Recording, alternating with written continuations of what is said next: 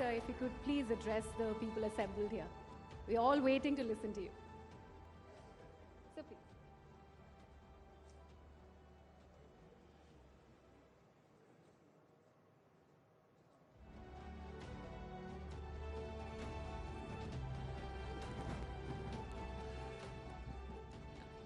मैं तो बैठने के लिए किसी की तलाश कर रहा था।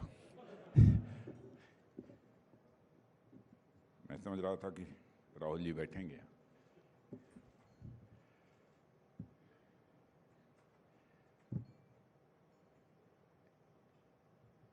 नेटवर्क 18 के editor in chief Shri Rahul ji Joshi और उनकी टीम के अन्य सभी सदस्य और यहाँ मौजूद मेरे सभी सम्मानित देवियों एवं सज्जनों, सबसे पहले तो मैं टीवी 18 नेटवर्क के प्रति आभार व्यक्त करना चाहता हूँ कि उन्होंने राइजिंग इंडिया कॉन्क्लेव में मुझे आमंत्रित किया है। पिछले कुछ वर्षों में ऐसा मैंने महसूस किया है कि टीवी 18 यह नेटवर्क जनता में जिस तरीके से अपनी पहुंच बढ़ाई है, दर्शकों को अपने से जोड़ा है और दर्शकों की आवाज बनकर वो उभरा है, उसके लिए टीवी 18 नेटवर्क को मैं अपनी तरफ से हार्दिक बधाई देता हूं और साथ ही उन्हें भविष्य के लिए अपनी हार्दिक शुभकामनाएं भी देता हूं। आज आपके माध्यम से मैं बड़ी संख्या में देश की जनता से रूबरू हो रहा हूं और इसके लिए भी मैं टीवी 18 नेटवर्क को अपनी तरफ से धन्यवाद देता हूं। साथियों, राइजिंग इंडिया कॉन्क्लेव में राइजिंग इंडिया दरअसल है क्या, इस पर मैं अपनी कुछ बातें आपके सामने रखने की कोशिश करूंगा। अलग अलग प्रकार के लोग इंडिया राइजिंग को अपने नज़रिए से अलग अलग तरीके से देखते हैं। कुछ इकोनॉमिस्ट भारत की लगातार बढ़ती और समृद्धि होती हुई इकॉनमी को इंडिया राइजिंग के रूप में देखते हैं, तो कुछ समाजशास्त्री, सोशियोलॉजिस्ट भारत की बेहतर होती हुई सामाजिक स्थिति को भी इंडिया राइजिंग के रूप में वो देखते हैं। कुछ पॉलिटिकल साइंटिस्ट देश में राजनीतिक स्थिरता और लोकतांत्रिक सुदृढ़ता को राइजिंग इंडिया का नाम देते हैं। हालांकि कुछ लोग इसके उलट भी बहुत ही सक्रिय हैं, जिन्हें भारत से लोकतंत्र समाप्त होता हुआ दिखाई देने लगा है, पर ऐसे लोग बहुत ही गिने चुने लोग हैं। साथियों, इस तरह मैं बिंदुवार आप लोगों के सामने एक एक करके इन सभी एस्पेक्ट्स पर अपनी बात रखने की कोशिश करूंगा। सबसे पहले बात करते हैं इकॉनमी की। देश ही नहीं, पूरी दुनिया ने देखा है कि पिछले 8-9 वर्षों में हमारी इकॉनमी में बहुत बड़ा बदलाव आया है। आप सभी मॉर्गन स्टैनले के बारे में अच्छी तरह जानते होंगे और आए दिन उनकी किसी न किसी रिपोर्ट को लेकर चर्चाएं भी होती रहती हैं। इसी मॉर्गन स्टैनले ने 2013 में एक फ्रेज कॉइन किया था, फ्रेजाइल 5 इकोनॉमीज। फ्रेजाइल का मतलब आप लोग अच्छी तरह जानते हैं, जल्दी टूट जाने वाला, जल्दी बिखर जाने वाला होता है। यानी दुनिया की ऐसी इकोनॉमी जो बहुत अच्छा प्रदर्शन नहीं कर रही थी, उनके लिए यह टर्म फ्रेजाइल का यूज किया गया और उनमें एक नाम हमारे देश भारत का भी था। यानी 8-9 साल पहले भारत की इकोनॉमी कहाँ थी, किस कगार पर थी, इसका सहज रूप से आप अनुमान लगा सकते हैं। उसके बाद राजनीतिक परिस्थितियों में जिस तरीके से परिवर्तन होता है, केंद्र में हमारे प्रधानमंत्री मोदी जी के नेतृत्व वाली भाजपा सरकार आती है और वहीं से हमारी इकोनॉमी की सूरत बदलती हुई दिखाई देने लगती है। दुनिया में आई मंदी की संभावनाओं से लेकर कोविड तक की समस्याओं से जूझते, गिरते, संभलते भारत देश की इकोनॉमी आज ऐसे महत्वपूर्ण पड़ाव पर पहुंच चुकी है जहां यह और देशों के लिए एक इंस्पिरेशन का कारण बन सकती है। आज हमारा देश 5th लार्जेस्ट इकोनॉमी बनने के साथ साथ दुनिया की largest fastest growing major economies में से एक बन चुका है। यानी इन वर्षों में हमारे देश ने फ्रेजाइल 5 से निकलकर फेबुलस 5 में लाकर अपने को खड़ा कर दिया है। इसी मॉर्गन स्टैनले ने कुछ समय पहले एक और रिपोर्ट की है, जिसे जरूर आप लोगों ने देखा होगा। अपनी इस रिपोर्ट में इसी मॉर्गन स्टैनले ने कहा है कि 2027 आते आते इस पॉसिबिलिटी को भी रूल आउट नहीं किया जा सकता कि भारत दुनिया की टॉप 3 इकोनॉमीज में आकर खड़ा हो जाए। मुझे पूरी उम्मीद है कि जब हम अमृतकाल का समापन मना रहे होंगे, यानी आज़ादी प्राप्त होने के 100 वर्ष जब पूरे हो रहे होंगे, तो हमारा भारत दुनिया की टॉप इकोनॉमी बनकर खड़ा होगा, ऐसा मेरा विश्वास है। जिस तेजी से हमारी इकोनॉमी आगे बढ़ रही है, बीते फाइनेंशियल ईयर में आपने देखा होगा कि इनकम टैक्स हो या फिर जीएसटी, इनका जितना कलेक्शन हुआ है उसके बारे में पहले कोई ये कल्पना भी नहीं करता था। कुछ समय पहले तक भारत मोबाइल फोन्स के सबसे बड़े इंपोर्टर्स में से एक हुआ करता था। आज भारत मोबाइल मैन्युफैक्चरिंग में दुनिया का एक बड़ा देश बन चुका है। सिर्फ 4 महीने में अकेले एप्पल कंपनी ने $1 अरब का एक्सपोर्ट भारत से दूसरे देशों में किया है। आज भारत की गिनती उन चुनिंदा देशों में होती है जहां 5G मोबाइल कनेक्टिविटी है। 5G रोल आउट ही हो रहा है कि हमारे प्रधानमंत्री जी 6G की तैयारी भी करना उन्होंने प्रारंभ कर दिया है। आपने टीवी चैनल्स पर देखा होगा उस कार्यक्रम को। दुनिया का सबसे सस्ता मोबाइल डाटा सर्विस आज किसी देश के पास है, सबसे सस्ता मोबाइल डाटा सर्विस यदि किसी के पास है तो हमारे भारत के पास है। 2014 में जहां देश में ब्रॉडबैंड कनेक्टिविटी केवल 20% थी, वह आज बढ़कर 80% पहुंच गई है। भारत में होने वाले एक्सपोर्ट एक समय $300 बिलियन पर ही ठहर गए थे, पर आज हमारे देश में होने वाला एक्सपोर्ट कल ही आपने वो फिगर देखी होगी, $750 बिलियन तक ये पहुंच चुका है। साथियों, गत वर्ष भारत ने $83.57 बिलियन का अब तक का हाईएस्ट एफडीआई इनफ्लो रिकॉर्ड किया है। अब तक का हाईएस्ट एफडीआई इनफ्लो रिकॉर्ड किया है। आप सभी जानते हैं कि जब कोई बिजनेस हाउस किसी कंट्री में इन्वेस्ट करता है तो बहुत सोच समझ कर करता है और बहुत ही जांच परख कर करता है, और वह देश की संभावनाओं और अवसरों को जांचने परखने के बाद ही वह इन्वेस्टमेंट करता है। ऐसे में रिकॉर्ड एफडीआई इनफ्लो हमारी इकोनॉमी के लिए निश्चित ही एक पॉजिटिव सिग्नल है। साथियों, मैंने कहीं पढ़ा था कि no power on earth can stop an idea whose time has कम।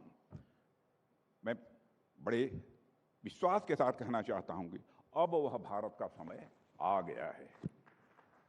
आगे आने वाले समय में हमारा देश भारत दुनिया की मेजर इकोनॉमिक पावर में से एक नहीं बल्कि दुनिया की नंबर 1 इकोनॉमिक पावर बनकर उभरेगा, ऐसा मेरा विश्वास है। बहुत दिन हो गया यह कहते कहते कि अपना टाइम आएगा, अपना टाइम आएगा। आज मैं आप लोगों के सामने यह कहने के लिए खड़ा हुआ हूं कि बहनों भाइयों, अब हम लोगों का टाइम आ गया है, यानी भारत का समय अब आ गया है। यह है राइजिंग इंडिया मेरे साथियों, यह है राइजिंग इंडिया। जाहिर है इसके पीछे सरकार द्वारा सही समय पर उठाए गए सही कदम हैं, जिनकी चर्चा मैं यहाँ पर आप सबके समक्ष करना चाहूँगा। साथियों, सरकार ने देश में ईज ऑफ डूइंग बिजनेस को बढ़ावा देने के लिए ग्राउंड लेवल पर अनेक कार्य किए हैं। इसमें सबसे महत्वपूर्ण, सरकार ने देश में बिजनेस के लिए कैपिटल की अवेलेबिलिटी वो इंश्योर की है, और 2014 में अनेक बैंक एनपीए और घाटे के बोझ के तले दबे हुए थे। वे नए लोन देने की स्थिति में नहीं थे। ऐसी समस्याओं से भी निपटने के लिए सरकार ने कई मेजर रिफॉर्म्स किए हैं। हमने मजबूती से कदम उठाकर कुछ बैंकों को आपस में मर्ज करने का भी काम किया है। कुछ बैंकों के प्राइवेटाइजेशन की ओर बढ़ते हुए हम उन्हें फिर से उठाने का भरपूर प्रयास कर रहे हैं। गवर्नमेंट ने पब्लिक सेक्टर बैंक्स को कैपिटलाइज करके भी उन्हें रिवाइव करने का एक महत्वपूर्ण काम किया है। बैंक्स जो अब तक कहीं एनपीए या फिर इसी तरह के अन्य कारणों से नुकसान में चल रहे थे, हमने उनका पुनरुद्धार किया है और आज बैंक्स मार्केट में भली भांति लोन्स उपलब्ध कराने की स्थिति में खड़े हो गए। हालिया रिपोर्ट्स बताती हैं कि क्रेडिट ऑफटेक में बहुत बड़ा सुधार हुआ है। आज देश में एक वाइब्रेंट डिजिटल इकोनॉमी तैयार हो चुकी है। इस सच्चाई को सभी को स्वीकार करना पड़ेगा। यूपीआई की सफलता ने पूरी दुनिया को इस समय आश्चर्य में डाल दिया है। आज भारत पूरी दुनिया का 40% रियल टाइम डिजिटल पेमेंट कहीं हो रहा है तो आज हमारे और आपके भारत में हो रहा है। पिछले महीने per day 36 crore UPI payment के ट्रांजैक्शन हुए हैं। साथियों, इसी तरह रिटेल इन्वेस्टर्स को भी हमने भरोसा दिलाया। हमने इनसाइडर ट्रेडिंग पर लगाम लगाई, ट्रेडिंग प्रोसेस में टेक्नोलॉजी और डिजिटल आर्किटेक्चर को बढ़ावा दिया और ट्रेडिंग प्रोसेस को ट्रांसपेरेंट भी साथ ही बनाने का काम किया है। अब गांव और सुदूर क्षेत्रों में रहने वाले लोग भी एक मोबाइल लेकर सभी रिस्क को समझते हुए अपना पैसा मार्केट में लगाने को सदैव तैयार रहते हैं। इस तरह मार्केट में रिटेल इन्वेस्टर्स के भारी संख्या में आने से मार्केट की डेप्थ और डेप्थ के साथ साथ रेजिलियंस यह दोनों बढ़ी है। इससे हमारे बिजनेस को कैपिटल की इजी अवेलेबिलिटी वर्तमान में साफ तौर पर देखी जा सकती है। साथियों, इकोनॉमी को सुदृढ़ करने में मार्केट एक्सेस की निश्चित ही बहुत ही महत्वपूर्ण भूमिका होती है और आप लोग अवगत होंगे कि हमारी इंडस्ट्रीज को अपने देश में मार्केट उपलब्ध कराना हमारी आत्मनिर्भरता के कमिटमेंट का यह एक हिस्सा है और हमने अपनी डोमेस्टिक इंडस्ट्री के लिए डोमेस्टिक मार्केट को अनफेयर फॉरेन कंपटीशन से प्रोटेक्ट करने का पूरा प्रयास किया है। साथ ही साथ हम अपने डोमेस्टिक बिजनेस को बाहर देशों में भी मार्केट एक्सेस दिलाने का भी भरपूर प्रयास कर रहे हैं ताकि वे बाहर भी मार्केट कैप्चर कर सकें। साथियों, हमारा देश का डिफेंस सेक्टर जो किसी समय अधिकांशतः इंपोर्ट पर निर्भर रहा करता था, अब अपने मजबूती के साथ अपने पैरों पर तेजी के साथ खड़ा हो रहा है। पिछले कुछ वर्षों में डिफेंस सेक्टर में हमने कुछ ऐसे रिफॉर्म किए हैं जो अब तक कभी सोचे भी नहीं गए हैं। हमने सर्विस और डिफेंस पब्लिक सेक्टर अंडरटेकिंग्स के लिए पॉजिटिव इंडिजिनाइजेशन लिस्ट जारी की है, जिसमें शामिल आइटम्स का प्रोडक्शन अब समयबद्ध तरीके से कहीं होगा तो हमारे और आपके देश भारत में होगा। यह हम लोगों ने फैसला किया है। हमारी सेनाओं द्वारा अब तक की इस तरह की 4 लिस्ट जारी की जा चुकी है। मोर देन 400 आइटम्स हम लोगों ने आइडेंटिफाई कर लिया है कि निर्धारित समय के बाद, यानी कुछ 1 वर्ष के बाद, कुछ 2 वर्ष के बाद, कुछ 3 वर्ष के बाद, यह सारे आइटम्स दुनिया के दूसरे देशों से यह इंपोर्ट नहीं किए जाएंगे, बल्कि बनेंगे तो हमारे देश में भारत में बनेंगे और भारतवासियों के हाथों से बनेंगे। इसी तरह डिफेंस पब्लिक सेक्टर अंडरटेकिंग भी 3 लिस्ट जारी की गई है, जिसमें 3700 से भी अधिक ऐसे आइटम्स हैं जो हथियार और प्लेटफॉर्म बनाने के काम आते हैं। इनके भी इंडिजिनाइजेशन पर हमने बल दिया है। साथियों, हमने डिफेंस सेक्टर से जुड़े डोमेस्टिक वेंडर्स को बढ़ावा देने के लिए भी अनेक कदम उठाए हैं। ऐसे ऐसे नियम बनाए हैं कि हमारी सेनाओं के लिए गोले बारूद अब स्वदेशी कंपनियों द्वारा ही खरीदे जाएंगे। इसके लिए डिफेंस कैपिटल एक्विजिशन का एक निश्चित हिस्सा हमने डोमेस्टिक इंडस्ट्री के लिए रिजर्व भी कर दिया है।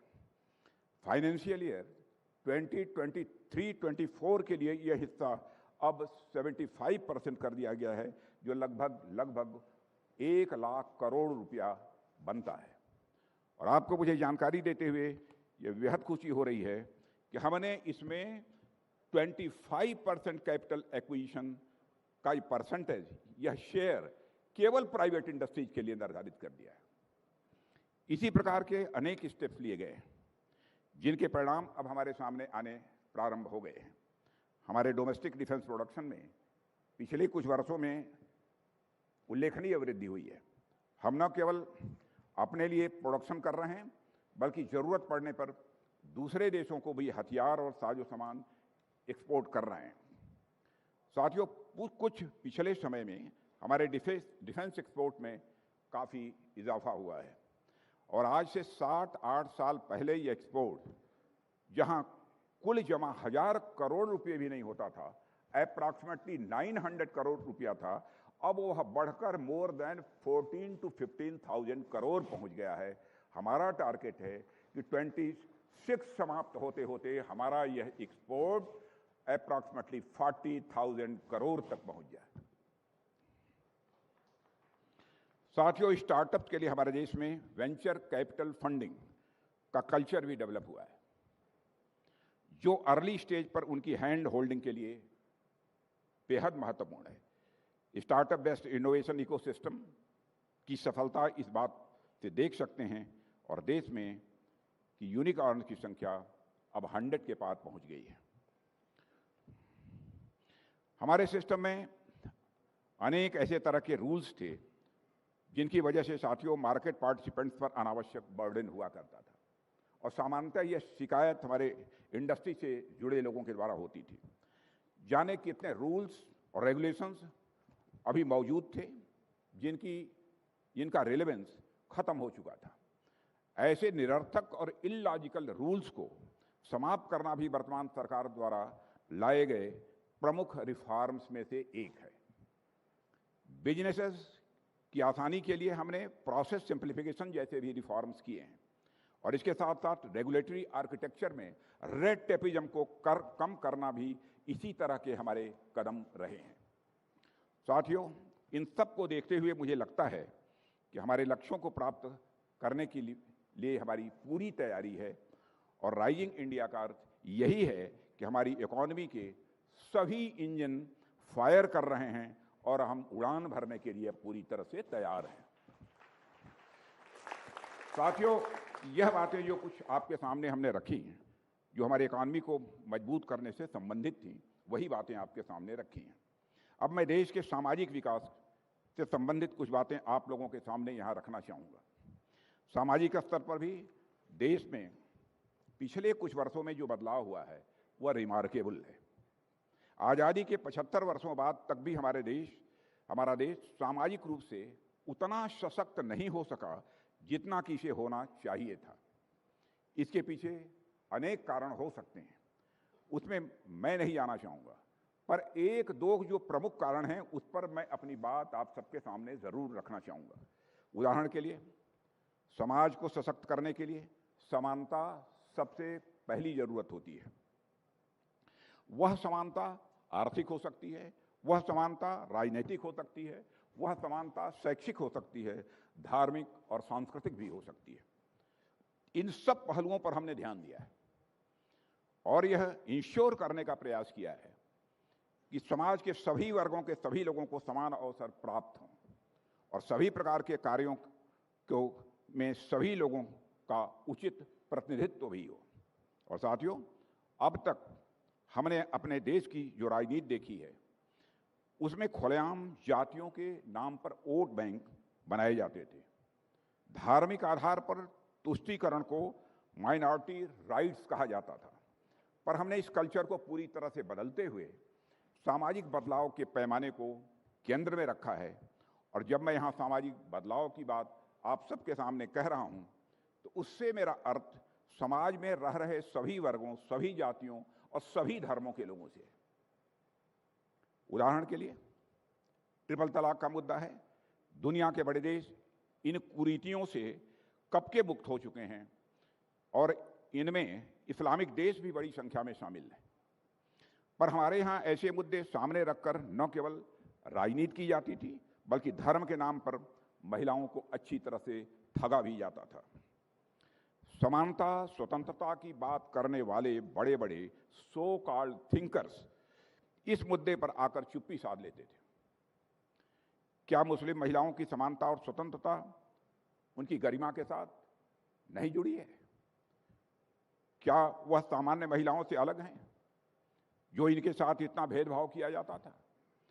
हमने इन सबसे ऊपर उठते हुए उनकी गरिमा, उनकी समानता और स्वतंत्रता को सुनिश्चित करने का काम किया है और दिखाया है हमने कि सामाजिक विकास के लिए हम कोई भी कदम उठाने के लिए पूरी तरह से कमिटेड हैं। आगे भी ऐसा कोई मुद्दा हमारे सामने आता है तो उस पर भी हम मानवीय और संवैधानिक दृष्टि से कार्य करने के लिए पूरी तरह से कमिटेड हैं। साथियों, हमने हमेशा इस बात को माना है कि नारी किसी भी मामले में अपने पुरुष साथियों से कम नहीं है। सोचने समझने से लेकर ग्राउंड लेवल पर काम करने तक में वे उनकी बराबरी कर सकती हैं, बल्कि कई कामों में तो मैं दावे के साथ कह सकता हूं उससे वह पुरुषों से भी एक कदम आगे साबित हो रही हैं। बावजूद इसके नेशन बिल्डिंग में जब नारी पुरुष समानता की बात आती है तो हमारी बेटियां कहीं पीछे छूट जाती हैं। पीछे रह जाने का मतलब यह नहीं है कि वह पीछे हैं, बल्कि पीछे रह जाने का मतलब यह है कि उन्हें अवसर उपलब्ध कराने में हमने अब तक कहीं न कहीं हिचकिचाहट यानी हेजिटेशन अपनी दिखाई है। इसलिए सत्ता में आने के बाद शौचालय से लेकर संसद तक पहुंचने वाले रास्तों का निर्माण महिलाओं के लिए किया है। आप सभी भद्रजन हैं, सज्जन लोग यहां पर बैठे हैं। आपको मालूम होगा कि कई बार शौचालय जैसे मुद्दों पर बात करना तो लोगों को अशोभनीय लगने लगता था। उन्हें लगता था कि भला यह कोई बात है कहने की या अपने मेजर अचीवमेंट्स में इसको काउंट करने की। और पर यह केवल उन लोगों को ही लगता था जिनको शौच के लिए बाहर जाने के लिए सूरज ढलने तक का इंतजार नहीं करना पड़ा। साथियों, खासकर महिलाओं के संदर्भ में मैं बात करूं तो सवेरे सनराइज के बाद जिस देश में बाहर निकलना बहुत ही कठिन काम हो, उस देश की राइजिंग की कल्पना कहां की जा सकती है। देश के संसद में महिलाओं को हक देने की बात उठी, पर शौचालय ने उनके हक की बात देश में कभी नहीं की गई। सन 2014 के बाद देश में बड़ी संख्या में महिलाओं ने यह जाना कि इतनी मामूली और बेसिक सी चीज उनके पास होनी चाहिए। हमारे देश के सामाजिक सशक्तिकरण की दिशा में यह किसी क्रांति से कम नहीं था। साथियों, इस प्रकार देश की बेटियों की शिक्षा के लिए भी हमने बड़े पैमाने पर कदम उठाए हैं। बेटी बचाओ, बेटी पढ़ाओ आज एक नारा न होकर यह जन आंदोलन बन चुका है। आप कभी रास्ते से गुजरते हुए ध्यान दें तो ये पाएंगे कि ट्रक वाले और टेम्पो वाले अपनी गाड़ी के पीछे इस तरह के स्लोगन्स बड़ी शान के साथ लिखवा कर चलते हैं। यानी यह स्लोगन्स केवल अब यह स्लोगन नहीं रह गया है, बल्कि लोगों की चेतना का यह एक अंग बन गया है, एक हिस्सा बन गया है। साथियों, एक रक्षा मंत्री के तौर पर मैं कहूं तो आज महिलाएं आर्म्ड फोर्सेस का हिस्सा बनकर उन्हें और अधिक और सशक्त कर रही हैं। फाइटर पायलट के रूप में लड़ाकू विमान उड़ा रही हैं। अभी हाल ही में मैंने आर्टिलरी में वीमेन इंडक्शन को मंजूरी दी है, अभी हाल ही में कुछ महीने पहले दिया है। इस तरह आर्म फोर्सेस में उनकी भागीदारी के साथ वीमेन एम्पावरमेंट और आर्म फोर्सेस को स्ट्रेंथन करने की दिशा में हम एक साथ तेजी से आगे बढ़ रहे हैं। सोसाइटी राइजिंग का यह एक मैं समझता हूं महत्वपूर्ण उदाहरण है।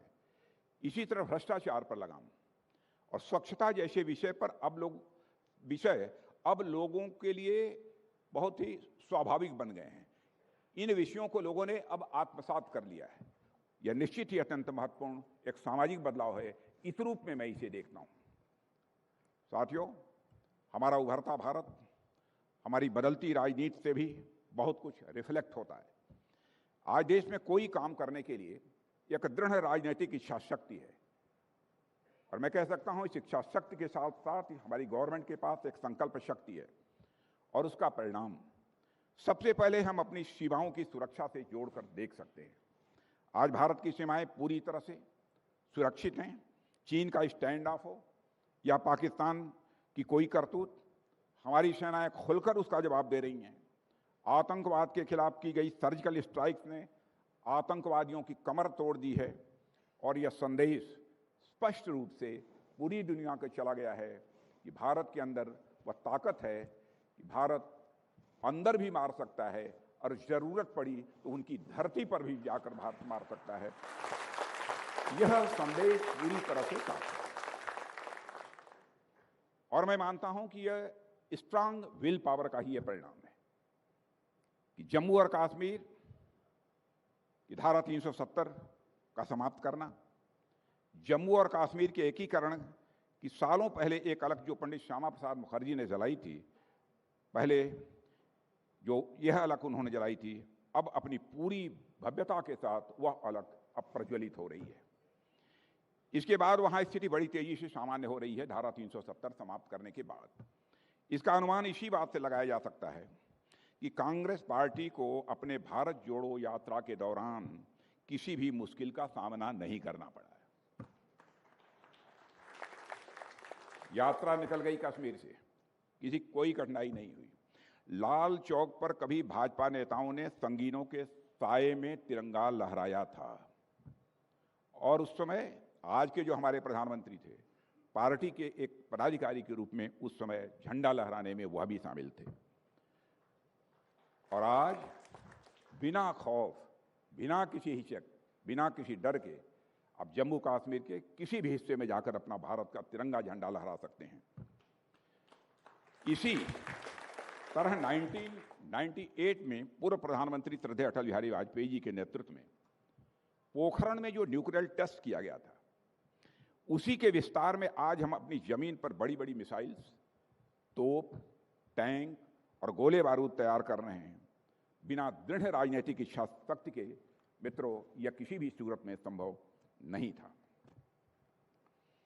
साथियों, आप सब भी जानते हैं देश में अनेक ऐसे इलाके रहे हैं जहां पर पिछली सरकारों का ध्यान जितना जाना चाहिए वह नहीं गया। आज हम उसे प्रगति की राह पर ला रहे हैं।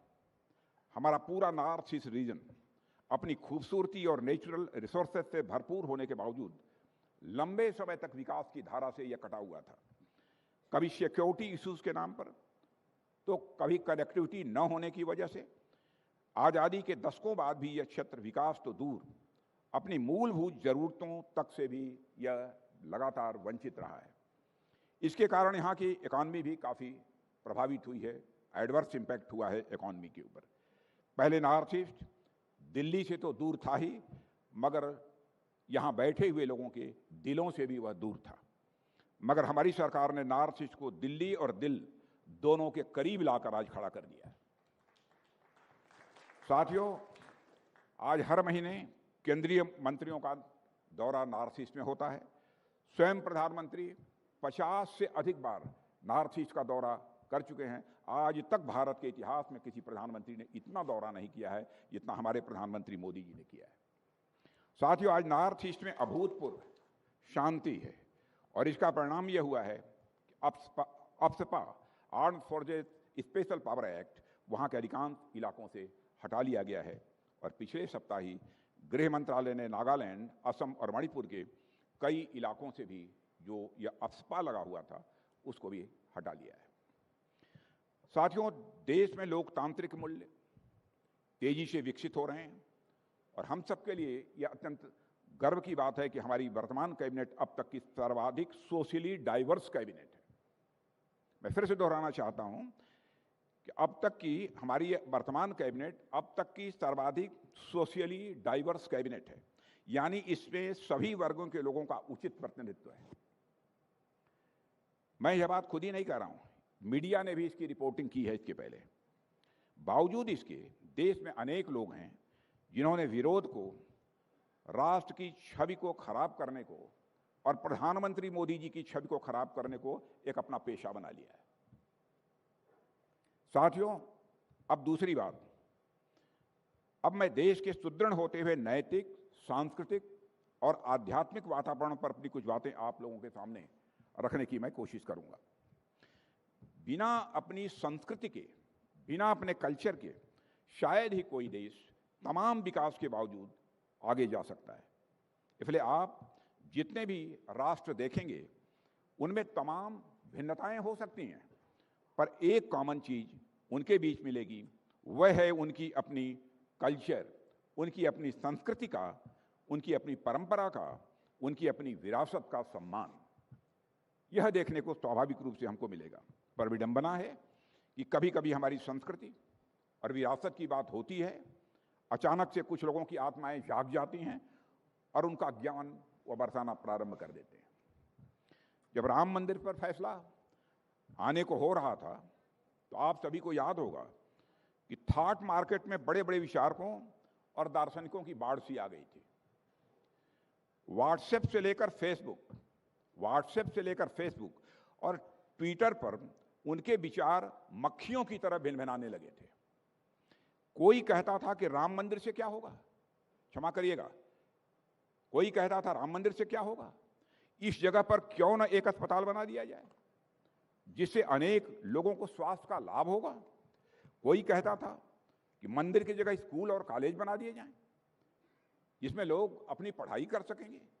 कुछ लोगों ने वहां पर इंडस्ट्री लगाने तक की सलाह दे डाली जिससे लोगों की कुछ आमदनी हो सके और वे अपना घर चला सकें।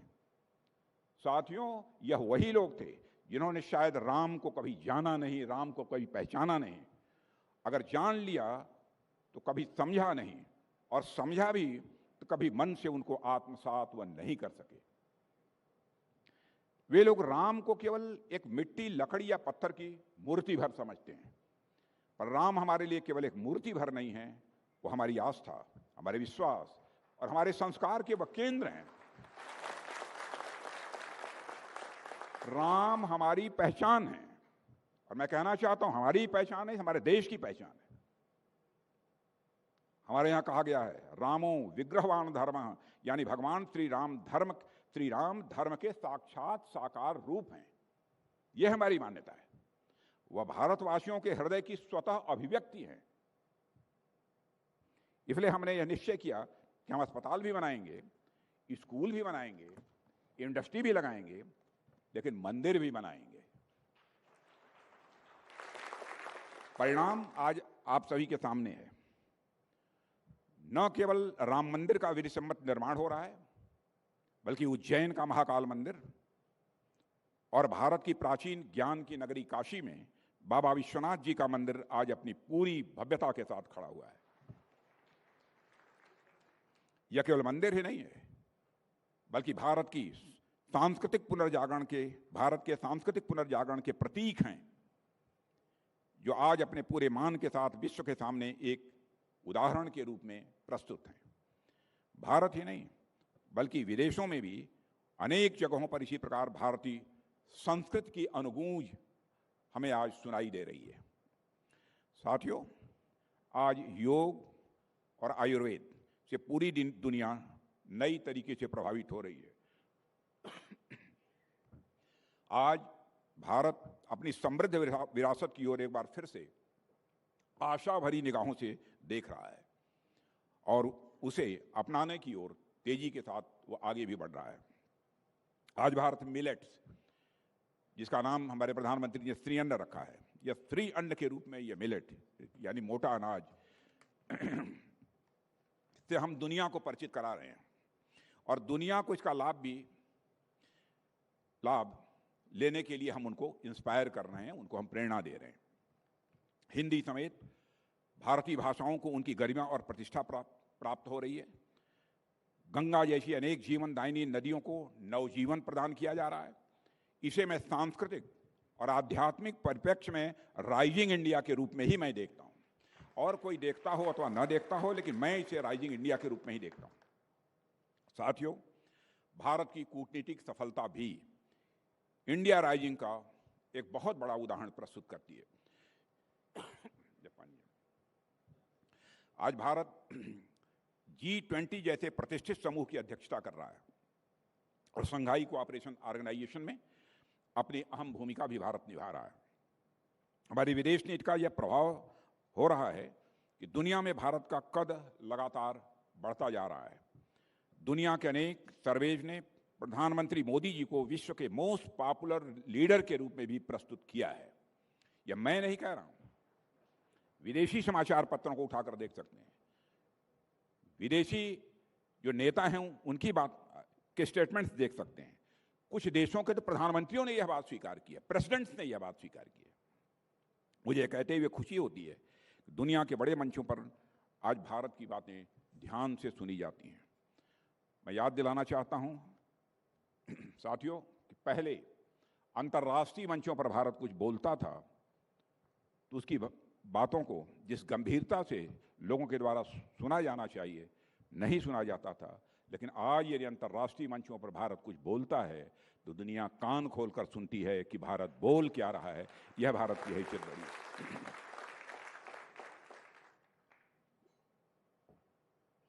आज हम गांधी जी के विजन को धरातल पर उतारने का भी महत्वपूर्ण काम कर रहे हैं और जन सामान्य की बेहतरी की ओर भी हमारी सरकार पूरी तरह से ध्यान दे रही है। हम आम नागरिकों की ईज ऑफ लिविंग और क्वालिटी ऑफ लाइफ को बेहतर करने पर अपना ध्यान केंद्रित कर रहे हैं। हम अंत्योदय और सर्वोदय की संकल्पना को साकार करते हुए उन्हें बिजली, पानी, बैंकिंग, शिक्षा, स्वास्थ्य आदि से जोड़ रहे हैं। इसके कुछ उदाहरण मैं आपके सामने यहाँ पर रखना चाहूँगा। साथियों, कुछ समय पहले तक हमारे देश में महिलाओं को खाना बनाने वक्त कितने संघर्ष से गुजरना पड़ता था, इसका अंदाजा भी नहीं लगता था। जो लोग दिल्ली में बैठे होते थे, बड़े बड़े शहरों में लोग रहते थे, मुझे नहीं मालूम आप लोगों में से कितने लोग इस स्थिति से गुजर चुके हैं, लेकिन हम लोग गुजर चुके हैं। फूंक मार मार कर चूल्हे की आग तैयार करने के क्रम में कलेजा बाहर को आने को हो जाता है। इसके अलावा धुएं से कितने प्रकार की सांस की बीमारियां पैदा होने की संभावना रहती है, यह बात तो अलग की है। दिल्ली में अशोक होटल में बैठे लोगों को इनकी जानकारी नहीं होती थी और गांव में जिन्हें इसकी जानकारी होती भी थी उन्हें यह लगता था यह तो महिलाओं का काम है, महिलाएं बनी ही इसीलिए हैं। और हमने इस धारणा को बदलने का काम किया है। उज्ज्वला योजना के माध्यम से महिलाओं को मुफ्त गैस कनेक्शन प्रदान किए हैं और हमने उनके हाथ में एक बड़ी ताकत दी है।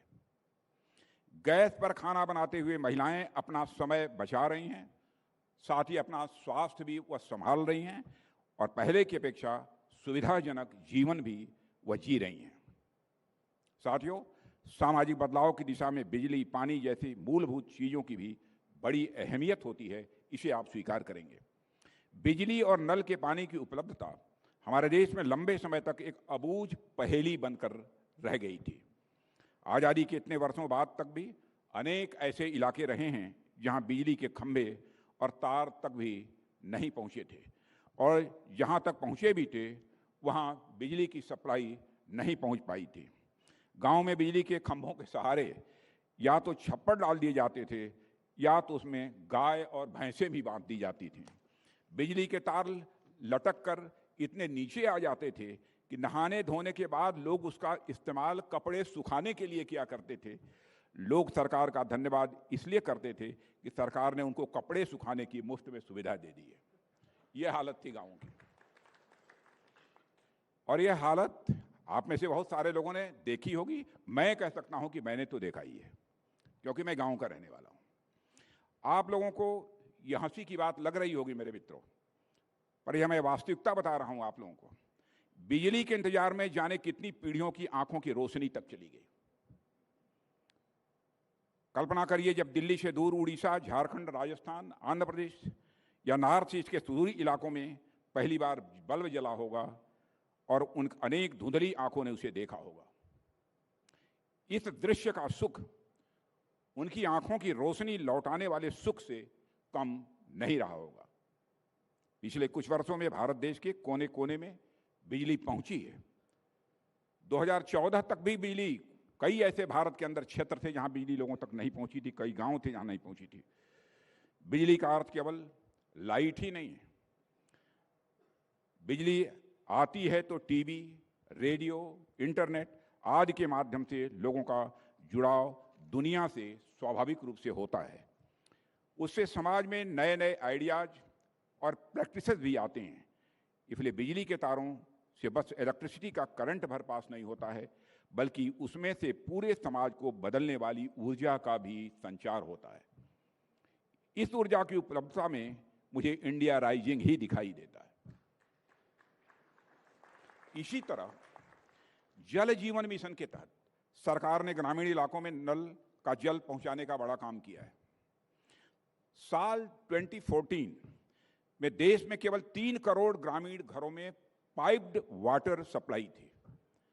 आज मैं कह सकता हूं कि 8 करोड़ से अधिक घरों में पाइप्ड वाटर सप्लाई पहुंच चुकी है। जब ग्रामीण घरों में पहली बार टोटी वाले नल के माध्यम से जल पहुंचा तो यह उनके लिए किसी जादू से, मेरे साथियों, कम नहीं था। जिन लोगों ने जीवन में टोटी जैसी चीज कभी नहीं देखी थी, उनके लिए यह बेहद सुखद आश्चर्य था कि अब तक तो हमने बस कुएं से, तालाब से या झरने से पानी बहते देखा है।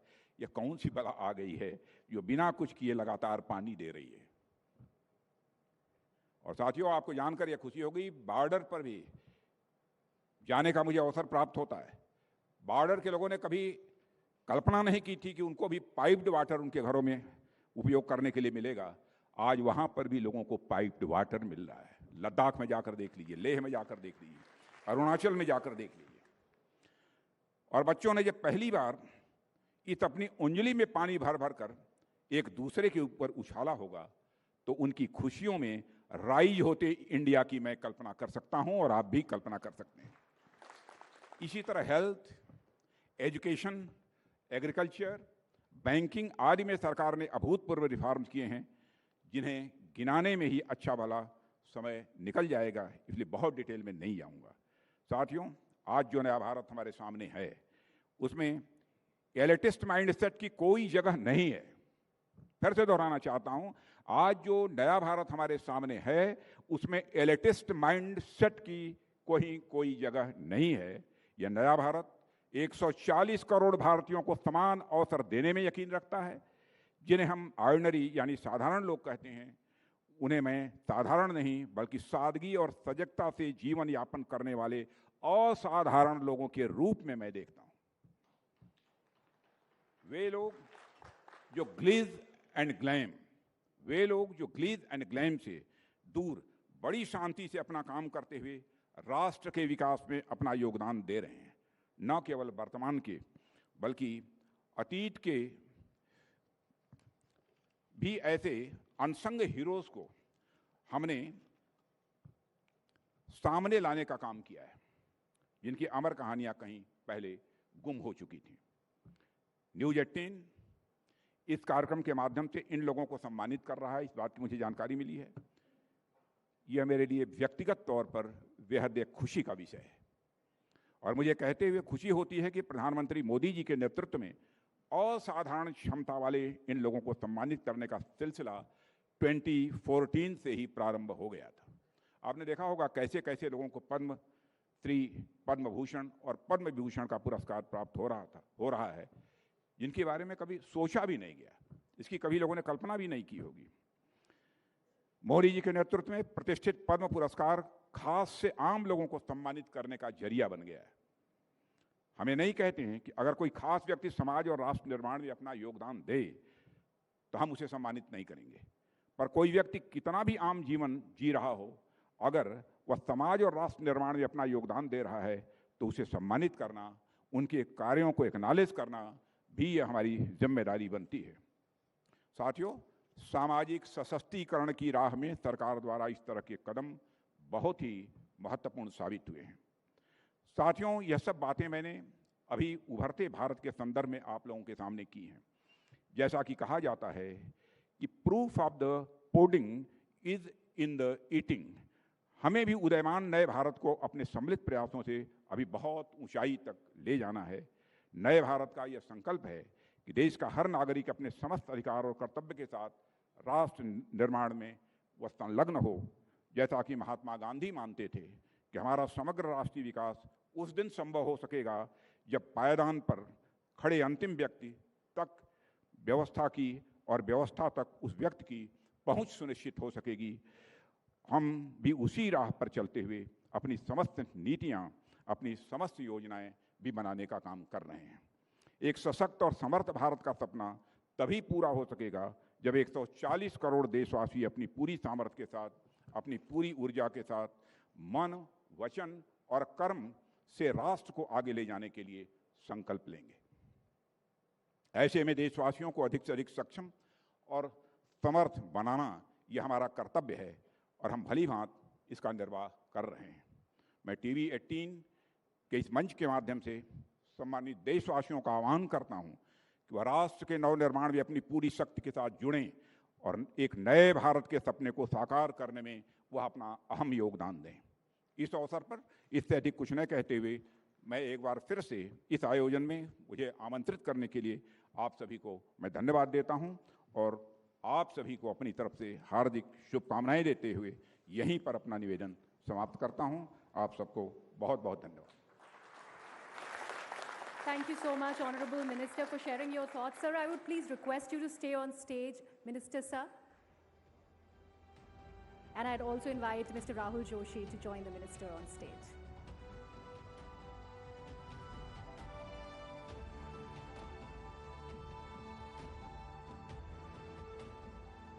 May I now request Rajnath Ji to felicitate the real heroes in the field of agriculture. So ladies and gentlemen, presenting the first winner in this category.